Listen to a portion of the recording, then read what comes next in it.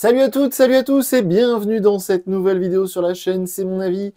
J'ai passé quelques jours en compagnie du nouveau Honor 400 Lite. Ça coûte 300 €, c'est sorti là il y a une semaine, hein, en avril 2025.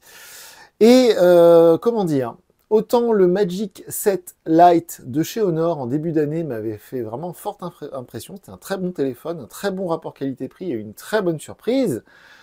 Autant ce Honor 400 Lite, c'est vraiment une catastrophe. Il faut vraiment l'utiliser pour voir voilà, les différences et surtout sur la fiche technique. Et on va parler dans un instant des tarifs parce que c'est un peu compliqué. Bref, j'ai plein de choses à vous dire à propos de ce Honor 400 Lite. On se retrouve tout de suite après le jingle.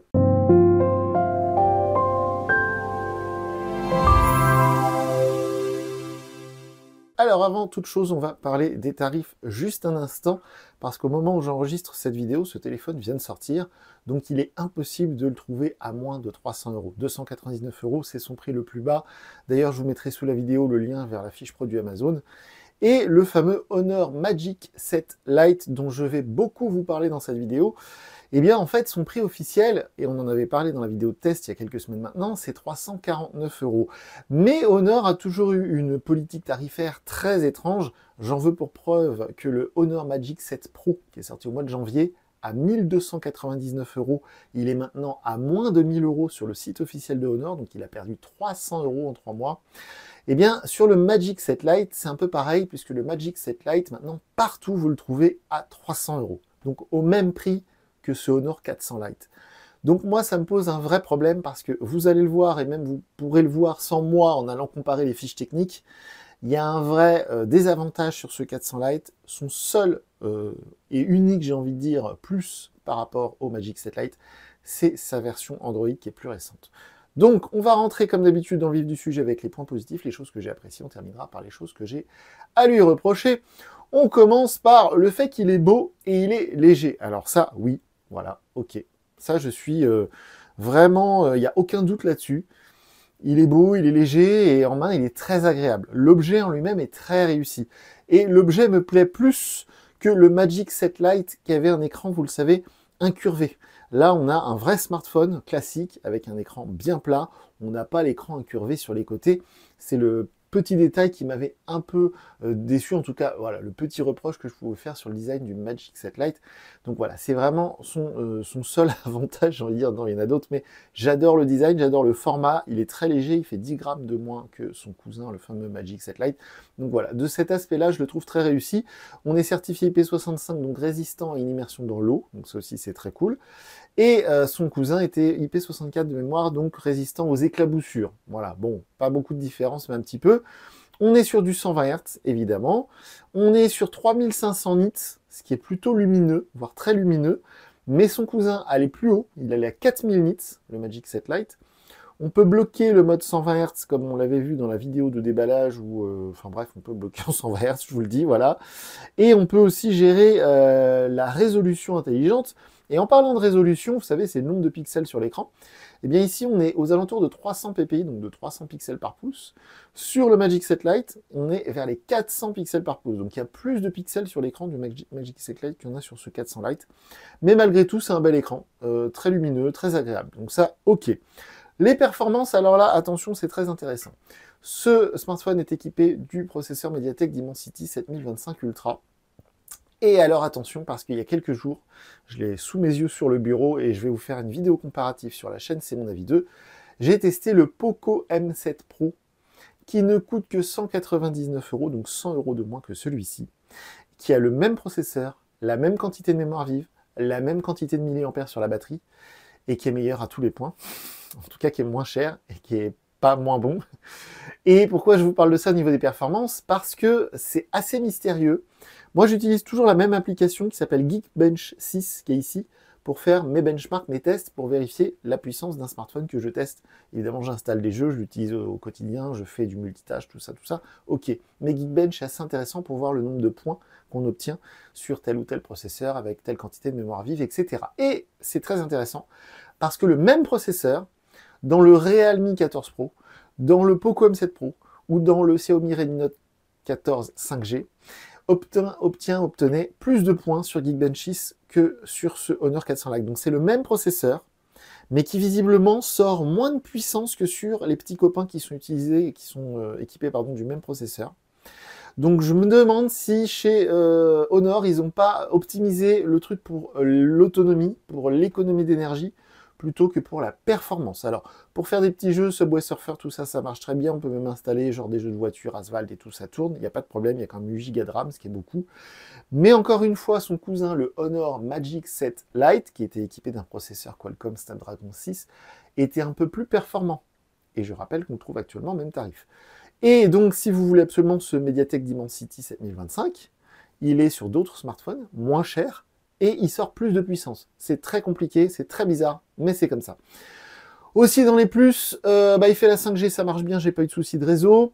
On a le lecteur d'empreintes sous l'écran, ça c'est plutôt cool parce que si on compare ce téléphone à son concurrent de chez Samsung, le Samsung Galaxy A26 5G qui coûte le même tarif 300 €, chez Samsung le lecteur d'empreintes il est sur le bouton sur le côté, il n'est pas sous l'écran. Et chez Samsung vous aurez une horrible bordure d'écran, et là on a des bordures d'écran qui sont quand même très très fines. Donc ça c'est cool. Et on termine donc la liste des points positifs par le fait qu'on est sur Honor Magic OS 9. Je vais le retrouver, il est ici. On est sous Android 15. Contrairement à son cousin, le Honor Magic 7 Lite, qui lui tourne sous Android 14 avec Magic OS 8. Voilà. Donc ça, pour moi, c'est un point positif pour ce smartphone. On est en avril 2025, on achète un téléphone neuf. C'est quand même pas mal d'avoir la dernière version d'Android. Au moins, on se dit, voilà, le téléphone, on le garde 2-3 ans. On sera encore dans le coup dans 2-3 ans. Donc ça, c'est cool. Au niveau de l'autonomie, elle est bonne. Elle n'est pas exceptionnelle, mais elle est bonne. J'ai pas eu de problème d'autonomie. On a quand même 5200 mAh. On a ce processeur Mediatek Dimensity qui est justement plutôt économe. On a cet écran AMOLED qui justement lui aussi économise l'énergie. Donc bref, l'autonomie, ce n'est pas un souci.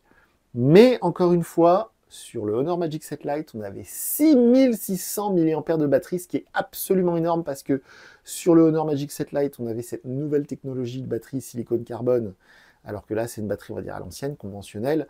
Et donc, du coup, on avait plus de batterie pour quasiment le même poids, 10 grammes d'écart. Et on avait une autonomie qui était phénoménale sur le petit cousin. Là, on a une autonomie qui est bonne, mais qui est standard, on va dire. Voilà, c'est 2 jours d'utilisation normale. C'est une journée d'utilisation si vous faites beaucoup de jeux, voilà, genre de la navigation voiture toute la journée, en plein soleil, ce genre de choses. Et je vous ai pas encore parlé des photos. Et les photos, là aussi, il y a un problème. Pourquoi il y a un problème? Parce qu'on a un capteur 108 mégapixels. Et vous allez me dire, ouais, mais sur le Magic 7 Lite dont tu nous rabats les oreilles, c'est le même capteur photo. Oui, c'est le même capteur photo, mais sur le Honor Magic 7 Lite, on avait la stabilisation optique. Et là, je ne sais pas si vous allez voir, mais on voit très clairement qu'on n'a pas de stabilisation optique. Alors là, franchement, c'est rare. Ces derniers mois, ces dernières années, c'est rare que je teste un téléphone où on voit à ce point qu'il n'y a aucune stabilisation. C'est-à-dire que vraiment, dès qu'on bouge le téléphone un tout petit peu, on essaie de rester stable, on voit que ça gigote sans arrêt. C'est de plus en plus rare un téléphone sans OIS. Donc OIS, c'est le système de stabilisation. En fait, ça fonctionne avec des petits ressorts ou avec ce qu'ils appellent des gimbals. Enfin, voilà, tout ça fait que le capteur photo, normalement, il compense un peu vos mouvements de bras, de main. Là, c'est pas du tout le cas. Donc le capteur photo est bon, c'est le 108 mégapixels. J'avais adoré les photos sur le Magic 7 Lite, c'est le même capteur photo, donc les photos sont aussi bien, vous allez me dire, mais voilà, il n'y a pas cette stabilisation optique. C'est un petit détail, mais je vous assure qu'au quotidien, quoi que vous fassiez, quand vous allez ouvrir l'appareil photo, moi ça m'a choqué tout de suite, ça gigote tout le temps en fait. C'est à l'ancienne, Donc le capteur ultra grand angle, il est là, c'est le même que sur Magic 7 Lite. Les photos en ultra grand angle, elles sont correctes. Je dirais qu'elles sont pas mauvaises, elles sont pas exceptionnelles, mais elles sont correctes. Voilà, ça marche bien, les photos selfies sont de bonne qualité également. Mais. Donc là, on passe du côté obscur, on passe des choses que j'ai à lui reprocher, mais justement, je vais encore, vous parler du Magic 7 Lite, parce que les photos, on l'a vu, c'est mieux sur Magic 7 Lite. Et un petit détail dont je ne vous ai pas encore parlé, vous savez que c'est quelque chose c'est un truc auquel je tiens énormément, c'est les haut-parleurs stéréo. C'est-à-dire que quand on va écouter un podcast, quand on va passer un appel, on va jouer à un jeu, on va regarder une série, le son sort uniquement ici, comme sur un téléphone pas cher, comme sur un entrée de gamme. Il y a un seul haut-parleur. Il n'y en a pas de l'autre côté. C'est-à-dire que quand vous regardez une série ou un jeu, le son ne sort que de là, il ne sort pas de l'autre côté. Donc ça, encore une fois, sur le Magic 7 Lite, évidemment, il y avait un haut-parleur stéréo. Là, on a un haut-parleur mono. Ça, à ce prix-là, à 300 €, moi je dis non, c'est pas possible. Le Always On Display, vous savez, alors il y en a beaucoup qui me disent oui, c'est un détail, on s'en fout, nanana. Les informations qui restent à l'écran en permanence comme ça. Sur le Magic Set Lite, on avait un vrai Always On Display permanent. Là, vous avez vu, ça s'éteint au bout de 10 secondes, il faut toucher l'écran pour le rallumer. C'est un petit détail, mais encore une fois, je ne comprends pas le positionnement tarifaire de ce téléphone. Et enfin, on termine par la recharge. Ici, on est limité à 35 watts en recharge. Sur le Honor Magic 7 Lite, on était à 67 watts, donc le double de puissance quasiment. Et donc, la batterie, je vous en ai déjà parlé, 5200 mAh, 6600 sur le Magic 7 Lite. Rien ne va, mes amis. Alors en plus, bon, je ne vais pas vous faire l'article sur l'interface que moi, j'aime pas trop, Magic OS. Hein, c'est vraiment très, très à l'ancienne. Je vous en ai déjà parlé plein de fois. Il y a tellement de trucs qui m'agacent. Le fait qu'on est obligé de laisser 10 raccourcis ici, le fait qu'on est obligé de laisser les trucs gérés par l'IA, le fait qu'on n'ait pas le choix de laisser uniquement 4 icônes par ligne dans le tiroir d'application, on ne peut pas enlever les suggestions, il y a plein de petits détails comme ça. À chaque fois, quand j'utilise un Honor, j'ai l'impression d'utiliser un Huawei d'il y a 10 ans, c'est assez désagréable, mais bon, bref. J'avais adoré le Magic 7 Lite parce qu'à 300 €, on avait un excellent smartphone, puissant, super autonomie, superbe écran, vraiment tout ce que je cherche actuellement, moi, sur un smartphone milieu de gamme, c'était dans le Magic 7 Lite. Très bonne surprise, mis à part qu'on était sous Android 14, donc on avait un train de retard sur la version Android. Mais là, hop, Honor, ils nous sortent un nouveau téléphone, ça vient de sortir, Android 15, dernière version Android, ok, ils ont mis tout ce qu'ils savent faire, sauf que tous les trucs qu'ils ont enlevés pour faire des petites économies, bah du coup, ça n'a plus aucun sens, parce que dans leur gamme actuelle, vous allez sur le site Honor, ihonor.com, vous avez le Magic 7 Lite qui ne coûte que 50 € plus que celui-ci, et qui fait tout mieux. L'autonomie, les performances, les photos, tout est mieux. Donc, je ne vois absolument pas l'intérêt de ce modèle. C'est hallucinant. C'est vraiment... c'est très étrange. Surtout que, encore une fois, je vais vous faire une vidéo comparative sur C'est mon avis 2, parce qu'actuellement, sur le marché, vous avez des smartphones qui sont moins chers que celui-ci, équipés du même processeur, de la même batterie, qui font tout pareil, voire un peu mieux, pour moins cher. Donc, vraiment aucun intérêt, si ce n'est le design. L'objet en lui-même est très cool. Quand on l'a dans la main, c'est très agréable. Utiliser ce téléphone, c'est vraiment agréable au quotidien. Il tient bien dans la poche, il est léger, tout ça. Mais si vous voulez vraiment avoir le mieux possible pour votre argent, pour un budget de 300 €, bah, soit vous achetez le Magic 7 Lite, ou soit vous achetez d'autres smartphones, parce que dans les 300 € en ce moment, on a testé quand même un bon paquet. Et il y en a qui sont vraiment très très bons, hein, genre à 350 €, vous avez peut-être un peu moins, 320 € en ce moment sur Amazon, le Poco X7 Pro, mais qui explose complètement ce 400 Lite, quoi. Je veux dire, il n'y a même pas comparaison. Donc voilà, très déçu, donc 6 sur 10, parce que très déçu, parce que, voilà, positionnement tarifaire incompréhensible, et tout le reste, là, comme je vous ai déjà dit, voilà, c'est assez, assez étonnant, donc drôle de, drôle de truc. Je vous ai même pas parlé du bouton pour l'appareil photo, qui pour moi, franchement, ne sert à rien, parce que, vous voyez, ils ont fait comme l'iPhone 16 Pro, on peut zoomer, il y a une partie tactile pour zoomer avec le bouton latéral, hein. Mais déjà, je m'en servais pas sur mon iPhone 16 Pro, alors je vais pas m'en servir non plus, mais honnêtement, je comprends pas l'intérêt d'avoir mis ce bouton dédié à la photo sur un smartphone qui fait des photos sans le stabilisateur optique. Ça, c'est incompréhensible. Les quelques dollars qu'ils ont mis en plus sur le bouton sur le côté, j'aurais préféré qu'ils les mettent pour faire un stabilisateur optique pour l'appareil photo. Parce que là, on a quand même un appareil photo de bonne qualité, mais à l'ancienne. Voilà. Je vous dis, c'est bourré d'incohérences, ce smartphone. C'est très étrange, et donc je suis très déçu.